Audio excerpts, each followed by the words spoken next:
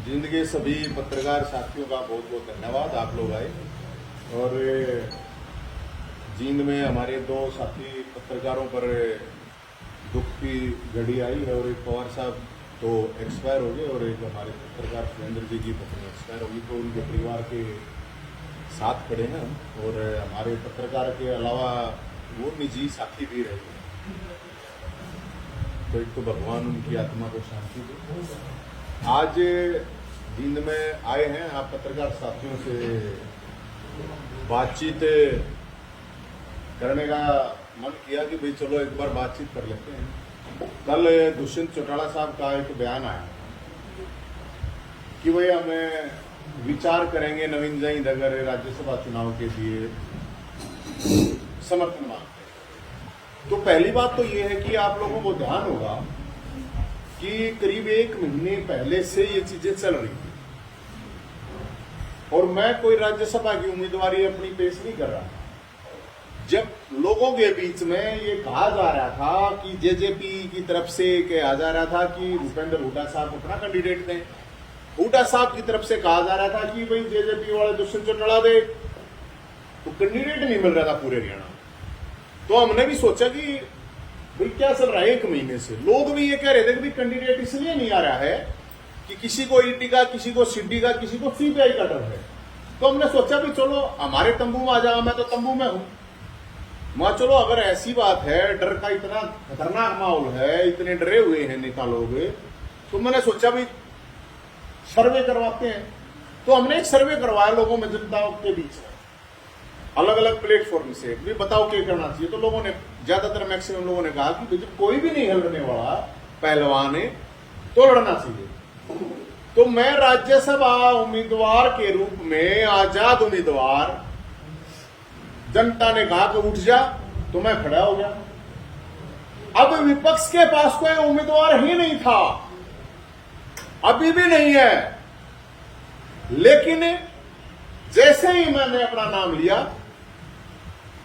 तो बयान आता है अजय चौटाला साहब का कि भाई उस दौरान तो कुछ है नहीं, उसके तो पल्ला कुछ है नहीं, पहले बोला वहां से समर्थन लेगा, रोहतक वाले तो लेगा वो भाई हुड्डा साहब दे, हुड्डा साहब तक पूछी तो हुड्डा साहब कहे बोला अपना जेजेपी वाले दस्ता में साइन लेके आओ। भाई ये पहले आपका क्या मतलब है? हुड्डा साहब से तो मैं ये कहना चाहूंगा, और दुष्यंत चौटाला साहब से, कि भाई समर्थन हम मांग रहे हैं, विपक्ष से ही तो मांगूंगा मैं। 9.5 साल इस सरकार के खिलाफ अगर कोई लड़ा है तो या तो उस पहलवान को सामने लिया हो, नहीं तो समर्थन देने में समस्या क्या है? फिर कह रहे हैं कि समर्थन में पहले उसका लाओ 10, अरे उसके 10 है कि नहीं है क्या पता भाई। वो नुके हैं कि पहले उनके 28 ले ले, उन 28 है कि नहीं है, कौन हारेगा? जय हारेगा। अरे युद्ध में लड़के मरना कहते हैं योद्धा का काम है, भागना तो ठीक नहीं है जब सेना तैयार है। तो एक तरफ मैं ये सवाल है मेरा, और मैं तो आज जींद में आया हूं, जींद के लोगों, जींद वाले भी सुनो, पिछले 9.5 साल में, वैसे तो हो गए 21 साल मैंने, मैं ये कह रहा हूं पहले नंबर की संघर्ष के दंगल में पहले नंबर की छुट्टी कटी, पहले नंबर की किसी भी पार्टी के पास कोई भी हो इसका पहलवान है। अब जो ये केस के, अब मेरे पे इतने केस है भाई आंदोलन के, मन ने इतने मुद्दे ठवाए, मैं इतनी जेल में गया, मैं कोई चोरी चकारी के केस थोड़ी है, 21 साल हो गए हैं।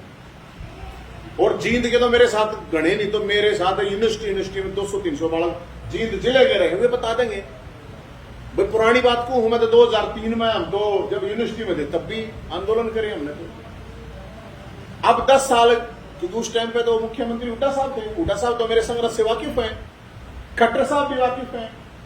और ज्यादा लंबी यादाश्त ना भी हो आदमी को तो 2-3 साल की तो मेरे ख्याल में आजकल रह जाती है। आदमी इतने तो बादाम 2-4 खा ले, उसमें भी 2 साल की तो रहती है। तो वो कागो तो बेचारा उस दौर के पल है भाई। अगर मेरा बाप दादा चाचा ताऊ एमएलए एमपी सीएम पीएम नहीं बनेगा तो क्या मेरे को कोई अधिकार नहीं है? अरे जो कुछ करा हमने अपने दम पे करा, हम बाप दादा के नाम की विरासत तो थोड़ी खा रहा हूं मैं। और जब मैंने कहा सर्वे करवा लो, पूरे हरियाणा में करवा लो, वकीला में करवा लो, पत्रकारा में करवा लो, पब्लिक में करवा लो, डिजिटल करवा लो, उसी करवा लो, जो थारा तरीका हो करवा लो। अब मेरा बाप अगर एमएलए नहीं है, मेरे बाप दादा नहीं है, तो इसमें मेरा कसूर है? अरे मारे तो भाई काम करांगे, बालक तक फौजी, मेरा तो दादा भी फौजी, मेरा तो नन्ना भी फौजी, मारे तो कोई एमएलए भी कोई। बात संघर्ष की है। कौन सा संघर्ष आप लोगों का? कौन सा घर बैठे बैठे बाप दादा की मिल रही है तो बाप दादा की मिल रही है तो बाप दादा ये रहेंगे। जो ये बालक नए नए आम करांगे, बालक नए कुर्ते पजामे पहन के मांड देगा उसमें जो चाल रहे हैं, इसका मतलब उनको नहीं चलना चाहिए, राजनीति में नहीं आना चाहिए। क्योंकि मुझे नहीं लगता है कोई 21 साल कोई ऐसा आदमी आपको हरियाणा में मिलेगा जो लगातार दो मुख्यमंत्री या 10-10 साल लड़ा हो। और उसके बाद एक और मुद्दा था जिसमें चर्चा एसवाईएल का जब मुद्दा सुप्रीम कोर्ट ने कहा, उसके बावजूद सारा का साफ सुन गया, कोई पार्टी कोई नेता चुप थे सब कुछ। तो मेरी तो 2 इंजन सरकार गया, एक रोड़ा, फिर दिल्ली और पंजाब गए, उन गले भी रोड़ा, 3 तो सीएम मतलब आप हो गए ना, कोई नहीं बोला। तो भाई हम लड़ेंगे, केस हमने भुगते हैं। जब पानी नहीं किसाना नगर रहा था तो केस जेल में मैं गया, बाहर के बढ़कर भर्ती करे थे तो मैं गया। और इसी बेचारे ने जब फैमिली आईडी के नाम के ऊपर पूरे हरियाणा में हाहाकार मच रहा था, तो दादा दुलीचंद इस सरकार का फूफा हमने बढ़वाया था, जिसकी वजह से कैंप लगाने पड़े थे। सरकार को सब कहेंगे, बीपीएल कार्ड बनने शुरू हुए थे, विधवा विकलांग पेंशन बननी शुरू हुई थी। जब सीट ही नहीं होता, बेरोजगारी बरात हमने निकाली थी। कोई नहीं आता, कोई बीच में नहीं आया था, कोई सड़क पर नहीं उतरा था। 6 महीने तक सड़क पर थे चुनाव के दौरान।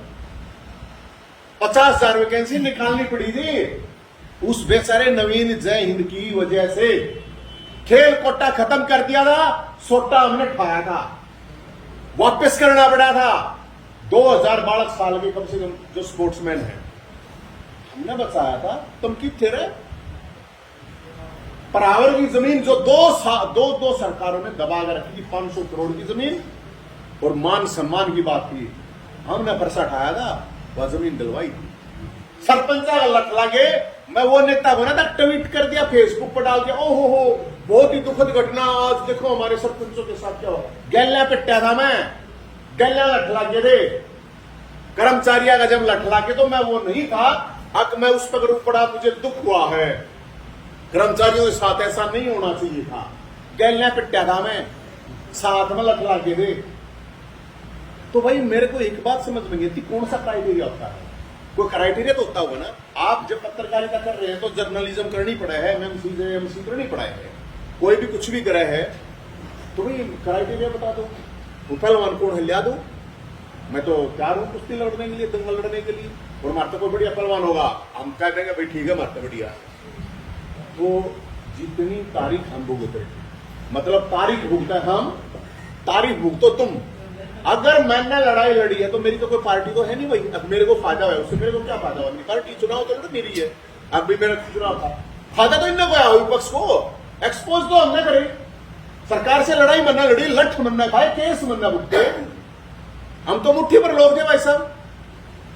तो कौन सा क्राइटेरिया है? ये क्राइटेरिया बता दें हुड्डा साहब, ये क्राइटेरिया बता दें। और मैं लोगों से अपील करता हूं, एक और मैं आप लोगों को बता रहा हूं, हमारी मीटिंग है परसों की, उसमें हम डिसाइड करेंगे और हम पूरे हरियाणा के जितने भी एमएलए हैं सब के जो सार्वजनिक नंबर है, सार्वजनिक मतलब जो सरकार द्वारा दिया जाता है नंबर अकाउंट, उन नंबरों को सबको जारी कर देंगे हम पूरे हरियाणा में।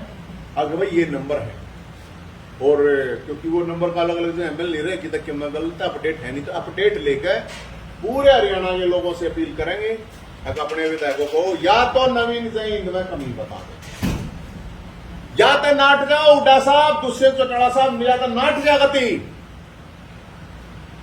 अकबर नहीं देखते, हरना था हाँ भर ले, और नाट्य है उसका भी वचन बता देगा, नहीं भाई नू नाट्य है, और हाँ भरा है तो वह जनता ने पूछ ले, सर्वे करवा लो। आजकल तो आप देखते हो जब कोई वो भी सामान्य भी टिकट मांगने जाता है, उसने कहा भाई सर्वे करवाओगे, करवा लो ना, मेरे हमारे नाम का भी सर्वे करवा लो, क्या प्रॉब्लम? इसमें कोई बड़ी बात नहीं। और कितना नहीं प्रॉब्लम है, 50 पत्रकार है, 100 पत्रकार है हरियाणा में, 2-3 हजार पत्रकार है सारे, उन के नंबर सब दो डायरेक्ट 4 बड़का बैठा रूज ले दो अपना पहलवान ले, उन्होंने भाई को गलत बात कहता नहीं मैं ना कोई मैं बूंदा बोलता, मेरे को किसी की पिंडी चाटी नहीं जा, तड़वे चाटे नहीं जा, पानी मारा नहीं जा, लड़ाई लड़ के संघर्ष कर रखा है। और इसके द्वारा मैं ये मैसेज भी साथ में देना चाहता हूँ, आप जो नए आम करांगे बालक है, अगर आपके बाप दादा के पास 100-200 करोड़ रुपए है, या फिर आपके बाप दादा एमएलए एमपी बन रहे हैं और कुछ बन रहे हैं, तो करो, नहीं तो राजनीति में क्यों आ गया यार? अपने घर में बर्बाद करो, अपना पट्टोल रखो, अपना काम धंधा करो, नौकरी मिलती है नौकरी का अपना और काम धंधा करो। तो हम तो लोगों के बीच में जाएंगे और ये हमारी मीटिंग। उसके बाद कुछ लोग कह रहे हैं हमारे पास आया नहीं, तो बाबू तेन क्या है बोला पल लगी है, छोरा नु क्या विचार करेंगे, तो भाई हम तो छोरे से बात कर लेंगे, दुष्यंत चौटाला साहब से बात कर लेंगे। फिर बताओ, सबसे जितने भी हैं, दुष्यंत चौटाला साहब हैं, उनके साथ जो दादा गौतम जी हैं उनसे भी मांगेंगे, जो जितने निर्दलीय हैं उनसे मांगेंगे। बलराज कुंडू जी ने हमारे को समर्थन दिया है, उनका हम धन्यवाद करते हैं। और उन्होंने ये क्या कि समर्थन दिया, भाई मैं तेरे संघर्ष को समर्थन दे रहा हूँ, उन्होंने तेरे को मैंने से ये भी नहीं मेरा अब मेरे को समर्थन दो, संघर्ष नहीं देते। और भाई क्राइटेरिया ये सबको बताऊंगा मैं, तो या तो बता दियो भाई साहब भाई वो लड़ा था, लाखों लोगों को डायरेक्ट फायदा, डायरेक्ट। कोई ये कह के दिखा दो कि नहीं है, चाहे बूढ़े थे, चाहे बुढ़िया थी, चाहे विकलांग थे, चाहे विधवा थे, चाहे बीपीएल कार्ड धारक थे, सरकार को ये चलाना पड़ा। ये जो आज आप देख रहे हो ना कि दरबार लगा रखे हैं 9 से 11 वाले सारे थे, 1.5 साल पहले करवाया था काम हमने, 1.5 साल पहले। अब भाई तुम दरबार लगाओ, एक दरबार लगाने से मुख्यमंत्री से फायदा नहीं है, आप निचले लेवल तक, ताकि पब्लिक जो ग्रीवेंस है उसका सोल्यूशन हो सके। तो वो अलग राजनीतिक में तो आजाद उम्मीदवार हूँ भाई साहब। जी आप जब